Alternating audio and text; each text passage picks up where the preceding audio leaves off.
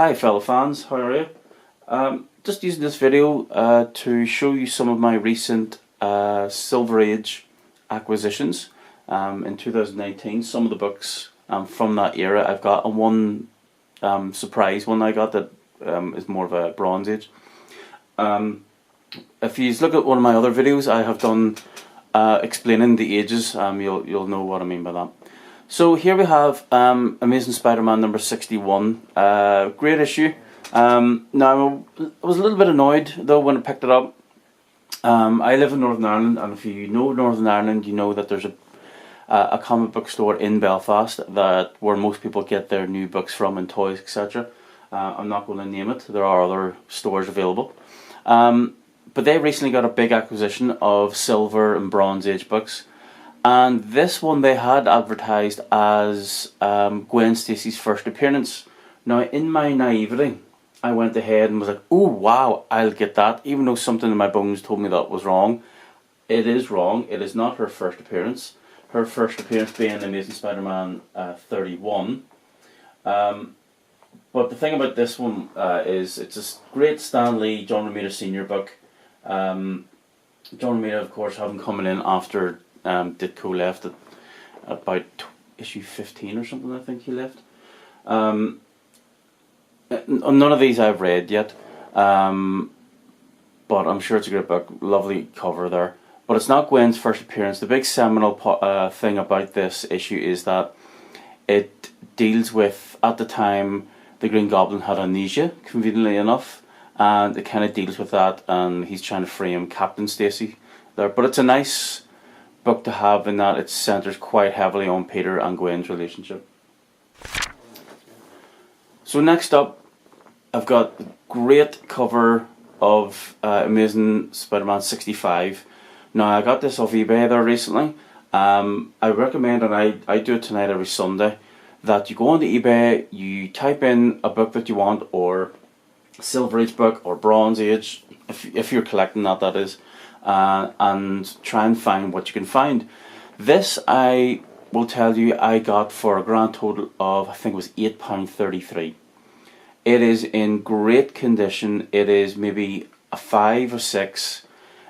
The staples are all in. The pages are like an off-white. The cover's perfectly on. It's not detached. There's a bit of spine wear. There's still a gloss. There's still a sheen to that cover. But it's the cover, it's the artwork is just gorgeous. Now it's the 60s, and if that word there, Escape Impossible, wasn't on it, I'd be quite happy. But I've always seen that cover, and I've always had to have it. Now, I don't buy books for covers. I buy books to have the books.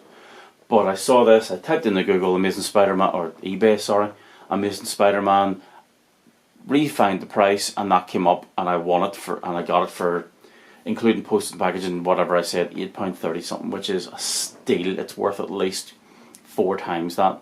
Maybe it's a £30–40 book. It's an amazing, great book to have, so I'm really glad I got that. Next up is a kind of fair copy of X-Men 32.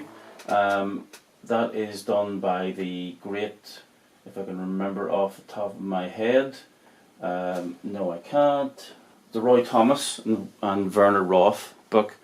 Roy Thomas having taken over after Stan kind of left. He left X-Men quite early, whereas he kept doing Amazing Spider-Man.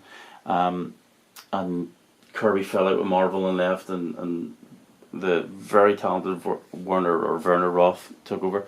Now, this is not Juggy's first appearance. That was 16, I think, or 12, maybe 12. But no, it's a solid book. It's just nice to have, really. Now, roughly at the same time, I also got this, X-Men 38. Now, I can't remember which way around it was, 32 or 38. One of them was about £15, which is fair enough, but this one I think only cost about 7. So again, I did the same thing as the Spider-Man I've said before. Onto Google, onto eBay, sorry. It's got a UK pen stamp, so it is an American issue. It's 12 cents. They didn't do the British cover issues back in the day. So in this era, they're all priced at 12 cents, but up in the top right hand corner, obviously they've went, oh well, we'll price it at what it was, 9 pence back in 1960 whatever 7. Nice cover. Again, it's not, I don't think it's a real seminal issue. I don't think there's anything really major important that happens in the issue. Again, it's a Roy Thomas, but a Don Heck is the one doing the pencils. Now, way back when I started collecting in 2000, I only started collecting in 2003, so it's not a bad collection for 16 years. I spent a bit of money one day when I was a very, very broke student and bought X-Men 37 for about £20, £22, maybe even 30. That was breaking the bank for me. That was ridiculous. I was maybe spending £30 a month on new comics, so the idea of spending £30 on one comic was ridiculous. And that was number 37. So to have, and I never thought I'd have any others, so to have the continuation of that story of a comic I bought 15 years ago is nice to have. But no, there's nothing going on. It's just, and again, a nice book to have because it's just an old, but it's better in much better condition than 32, you know. Now this one arrived yesterday. This cover, 46, much like the Spider-Man one, I've adored this cover for years. X-Men splitting up, you'll see their costume has changed. I have the issue where they do that, just to mix it up a bit. You know, Cyclops keeps the traditional blue and yellow, but everyone else gets an updated costume. Well, except for Iceman, so to speak. But that cover of, I think it's supposed to be a headstone, because I think Professor X is supposed to be dead at this stage, is a great cover. It's a wonderful condition book. It's maybe a 5 or a 6. Just the interior 2 pages that has come off the top staple. But other than that, it's a wonderful copy. It's just, again, I bought it for the cover, and this cost me all of, I think, £6 or something ridiculous like that. It was nothing. Oh no, this was a tenner. £10 this cost. But again, on the eBay, what comes up, find it, and I got it for very little money. I mean, the book's maybe worth 25 to 30, to be honest with you, so that's a good acquisition. Now, my next one, though, while it's not a Silver Age book like these have been, is a very seminal issue. That issue being Amazing Spider-Man 194. Now, if you don't know, if you can't tell from the cover, this is the first appearance of the Black Cat. Again, when I went down recently to that comic book store in Belfast and they had all their acquisitions, this was there. It was, I don't care, it was 30 quid or £30. I had to have it. Being now it's a Bronze Age book, it's 78, 79, July 79. I had to have it. It's just such a seminal character. It's a wonderful cover as well. There's another video where she returns in another issue, and the cover is just one of my favourite covers of all time, where she's standing on the fence. Check that one out. But spoilers, if you don't know, spoiler alert, that the Black Cat is his friend, his classmate, Felicia Hardy.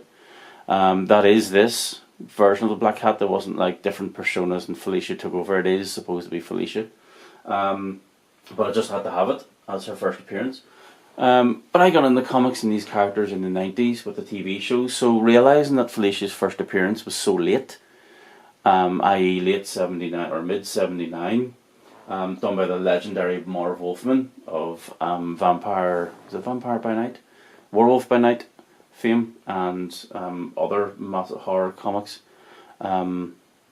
is great to have. Great cover, great perspective. You see the watchtower in the background there, and the light and everything, the shadow and all. Great cover, great book to have. But I just wanted to show that one off there with my other Silver Age books. So next up, folks, I will be doing reviews, so keep an eye for that in the next few days. So I've had a lot of books recently. I've a few hundred books I've bought but haven't read. So in the next while I'll be doing reviews of the books I've read each week, including War of the Realms and some Silver Age detectives. So thanks for watching again. Till next time. Bye.